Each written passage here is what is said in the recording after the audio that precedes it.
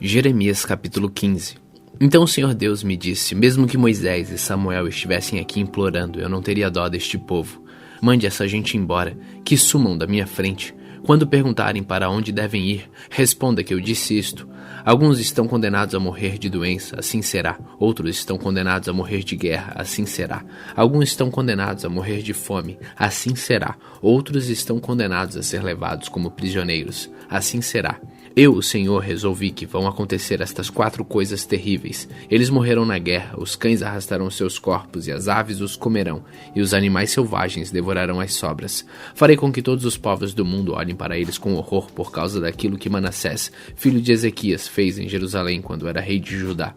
Deus diz: quem terá dó de vocês, moradores de Jerusalém? Quem vai se preocupar com vocês? Quem vai parar um pouco para perguntar como é que vocês estão passando? Vocês me rejeitaram e viraram as costas para mim. Aí levantei a mão e esmaguei vocês, porque estava cansado de perdoar. Sou eu, Senhor, quem está falando. Em todas as cidades desta terra eu os joguei contra o vento, como se faz com o trigo, para separá-lo da palha. Eu destruí vocês, o meu povo, e matei seus filhos, porque vocês não abandonaram seus maus caminhos.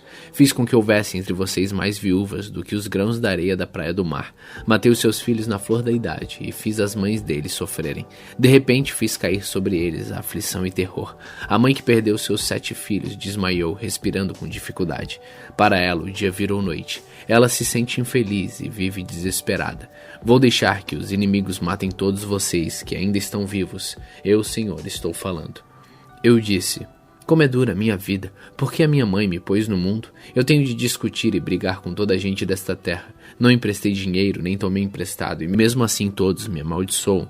Ó Senhor Deus, se eu não te servir bem, e se eu não te pedir em favor dos meus inimigos quando estavam passando dificuldades e aflições, então que as maldições deles se cumpram. Ninguém pode quebrar o ferro, especialmente o ferro do norte, que é misturado com bronze.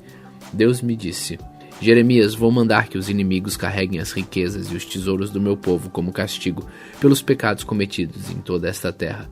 Farei com que sejam escravos dos seus inimigos, numa terra que não conhece, pois a minha ira é como um fogo que ficará para sempre queimando. Então eu respondi: ó Senhor, tu és que sabes. Lembra de mim e ajuda-me. Vinga-me daqueles que me perseguem. Não tenhas paciência com os meus inimigos para que eles não me matem. Lembra que é por causa de ti que eles me insultam. Tu falastes comigo e eu prestei atenção em cada palavra, ó Senhor. Deus Todo-Poderoso, eu sou teu. E por isso as tuas palavras encheram meu coração de alegria e de felicidade. Não tenho gasto meu tempo rindo e gozando a vida junto com outras pessoas. Por causa do trabalho pesado que me destes, fiquei sozinho e muito indignado. Por que continuo a sofrer? Por que as minhas feridas doem sem parar? Por que elas não saram? Será que eu não posso confiar em ti? Será que és como um riacho que seca no verão?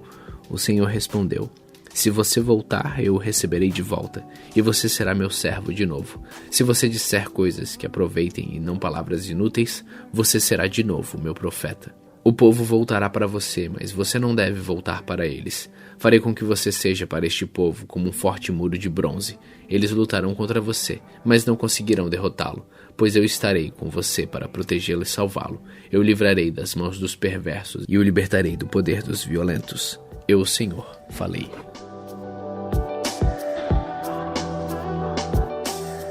Jeremias capítulo 16. O Senhor Deus falou comigo novamente. Ele disse: não case, nem tenha filhos neste lugar. Eu vou lhe dizer o que acontecerá com os filhos e as filhas que nascerem aqui, e também com as mães que os tiverem e com os pais que os gerarem. Eles morrerão de doenças horríveis. Ninguém chorará a morte deles, e não serão sepultados. Ficarão espalhados pelo chão como esterco. Serão mortos na guerra ou não morrerão de fome, e os seus corpos serão comidos pelas aves e pelos animais selvagens. Não entre numa casa onde tenha gente chorando.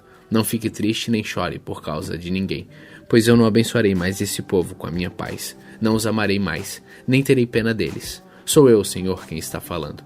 Tanto os ricos como os pobres morrerão nesta terra, mas ninguém vai sepultá-los, nem chorar por eles. Ninguém se cortará, nem rapará a cabeça em sinal de tristeza. Ninguém comerá, nem beberá junto com uma pessoa para consolar pela morte de um querido.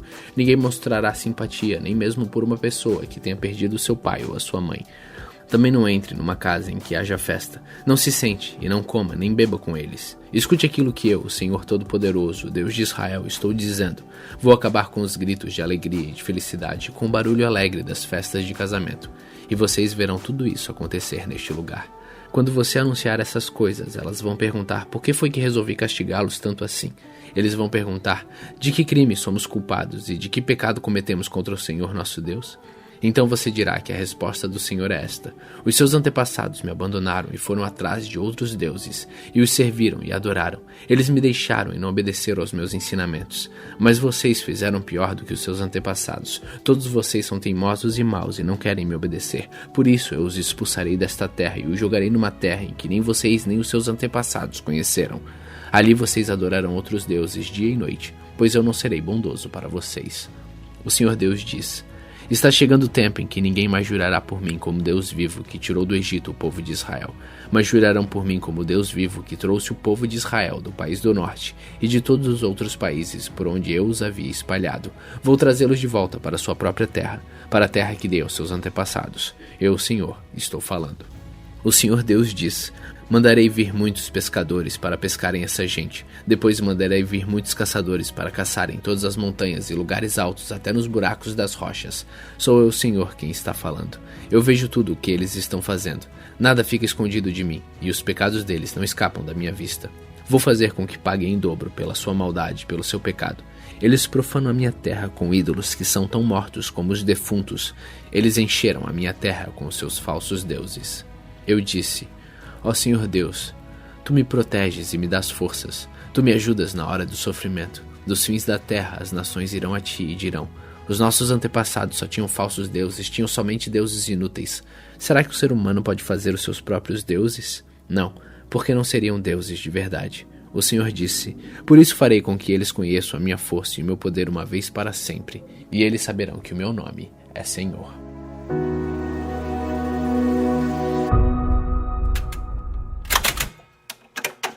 Salmos capítulo 110. O Senhor Deus disse ao meu Senhor, o Rei: sente-se do meu lado direito, até que eu ponha os seus inimigos debaixo dos seus pés. Ó Rei, o Senhor Deus estenderá desde Jerusalém o poder do Senhor. Domine os seus inimigos, disse o Senhor Deus. No dia em que o Senhor, ó Rei, os combater, o seu povo se apresentará como voluntário. Como orvalho da madrugada, os jovens se encontrarão com o Senhor nos montes sagrados. O Senhor Deus fez esse juramento e não voltará atrás. Você será sacerdote para sempre, da ordem do sacerdócio de Melquisedeque. Ó Rei, Deus está do seu lado direito e derrotará os reis no dia em que se irá. Ele julgará as nações, cobrirá dos mortos os campos de batalha e no mundo inteiro derrotará os reis. No caminho, o rei beberá água de um ribeirão e se levantará vitorioso.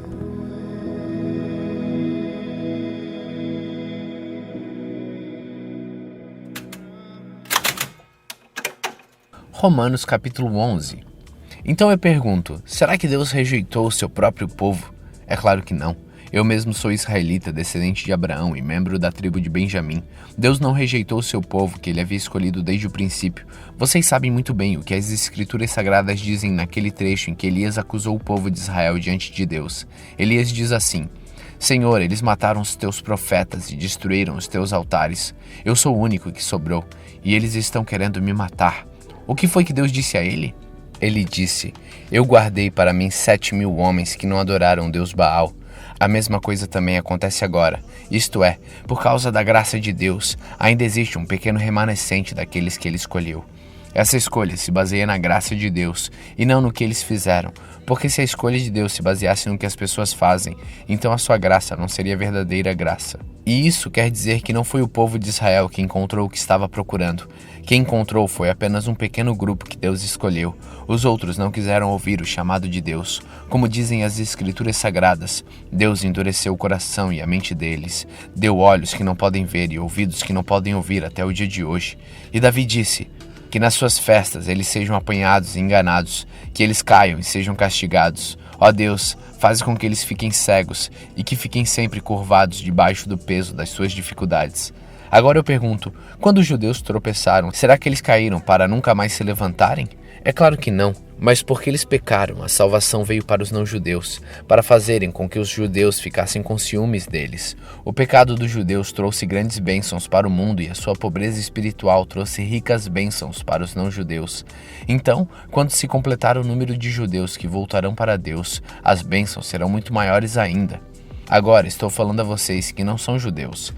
Enquanto eu for o apóstolo dos não-judeus, terei orgulho do meu trabalho. Talvez eu possa fazer com que os que são da minha própria raça fiquem com ciúmes, e assim seja possível salvar alguns deles. Porque quando os judeus foram rejeitados, o resto do mundo se tornou amigo de Deus. O que acontecerá então quando eles forem aceitos? Os que estiverem mortos receberão a vida. Pois se o primeiro pão assado depois da colheita é dedicado a Deus, isso quer dizer que todos os outros pães também são dedicados a Ele. E se as raízes de uma árvore são oferecidas a Deus, os galhos também são dele. Alguns galhos da oliveira cultivada foram quebrados, e um galho da oliveira brava foi enxertada nela. Pois vocês, os não-judeus, são como aquela oliveira brava, que agora tomam parte na força e na riqueza espiritual dos judeus. Portanto, vocês não devem desprezar os galhos que foram quebrados. Como é que vocês podem estar orgulhosos? Vocês são somente galhos. Não são vocês que sustentam a raiz é que sustenta vocês. Porém, vocês dirão: sim, mas os galhos foram quebrados a fim de darem lugar para nós. Isso é verdade, mas lembrem que eles foram quebrados porque não creram. No entanto, vocês continuam na oliveira porque creem. E não tenham orgulho disso, pelo contrário, tenham medo.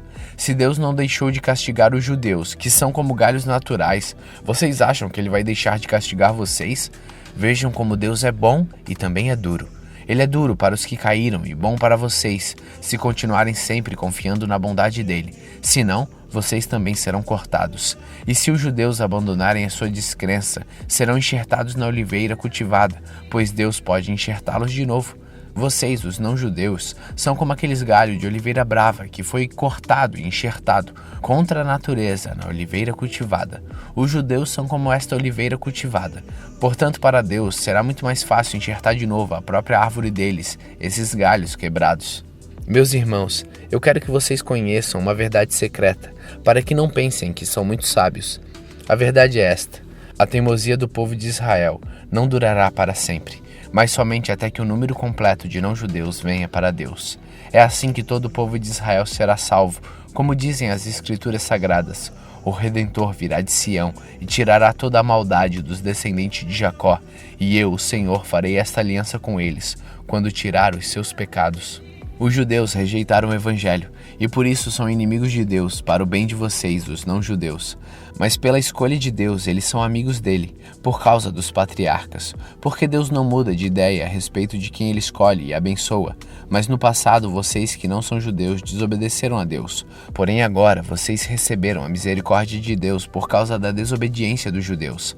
Assim, por causa da misericórdia que vocês receberam, os judeus agora desobedecem a Deus para que eles também possam receber agora a misericórdia dele. Pois Deus fez com que todos se tornassem prisioneiros da desobediência, a fim de mostrar a misericórdia a todos. Como são grandes as riquezas de Deus, como são profundos o seu conhecimento e a sua sabedoria. Quem pode explicar as suas decisões? Quem pode entender os seus planos? Como dizem as Escrituras Sagradas: quem pode conhecer a mente do Senhor? Quem é capaz de lhe dar conselhos? Quem já deu alguma coisa a Deus para receber dele algum pagamento? Pois todas as coisas foram criadas por ele, e tudo existe por meio dele e para ele. Glória a Deus para sempre. Amém. Romanos capítulo 12. Portanto, meus irmãos, por causa da grande misericórdia divina, peço que vocês se ofereçam completamente a Deus como um sacrifício vivo, dedicado ao seu serviço e agradável a Ele. Esta é a verdadeira adoração que vocês devem oferecer a Deus. Não vivam como vivem as pessoas deste mundo, mas deixem que Deus o transforme por meio de uma completa mudança de mente de vocês. Assim, vocês conhecerão a vontade de Deus, isto é, aquilo que é bom, perfeito e agradável a Ele. Por causa da bondade de Deus para comigo, me chamando para ser apóstolo, eu digo a todos vocês que não se achem melhores do que realmente são. Pelo contrário, pensem com humildade a respeito de vocês mesmos e cada um julgue a si mesmo conforme a fé que Deus lhe deu. Porque, assim como em um só corpo temos muitas partes, e todas elas têm funções diferentes, assim também nós, embora sejamos muitos, somos um só corpo, por estarmos unidos com Cristo, e todos estamos unidos uns com os outros como partes diferentes de um só corpo. Portanto, usemos os nossos diferentes dons de acordo com a graça que Deus nos deu. Se o dom que recebemos é o de anunciar a mensagem de Deus, façamos isso de acordo com a fé que temos. Se é o dom de servir, então devemos servir. Se é o de ensinar, então ensinemos. Se é o dom de animar os outros, então animemos. Quem reparte com os outros o que tem, que faça isso com generosidade. Quem tem autoridade, que use a sua autoridade com todo cuidado. Quem ajuda os outros, que ajude com alegria. Que o amor de Deus não seja fingido. Odeiem o mal e sigam o que é bom. Amem uns aos outros com o amor de irmãos em Cristo e se esforcem para tratar uns aos outros com respeito. Trabalhem com entusiasmo e não sejam preguiçosos. Sirvam o Senhor com o seu coração cheio de fervor. Que a esperança que vocês têm os mantenha alegres. Aguentem com paciência os sofrimentos e orem sempre. Repartam com os irmãos necessitados o que vocês têm e recebam os estrangeiros nas suas casas. Peçam que Deus abençoe os que perseguem vocês. Sim, peçam que Ele abençoe e não que amaldiçoe. Alegrem-se com os que se alegram e chorem com os que choram. Tenham por todos o mesmo cuidado. Não sejam orgulhosos, mas aceitem os serviços humildes. Que nenhum de vocês fiquem pensando que é sábio. Não paguem ninguém o mal com o mal. Procurem agir de tal maneira que vocês recebam a aprovação dos outros. No que depender de vocês, façam todo o possível para viver em paz com todas as pessoas. Mas, queridos irmãos, nunca se vinguem de ninguém. Pelo contrário, deixem que seja Deus que dê o castigo, pois as Escrituras Sagradas dizem: Eu me vingarei, eu acertarei contas com eles, diz o Senhor. Mas façam como dizem as Escrituras: se o seu inimigo estiver com fome, dê comida a ele; se estiver com sede, dê água, porque assim você o fará de queimar de remorso e vergonha. Não deixem que o mal vença vocês, mas vençam o mal com o bem.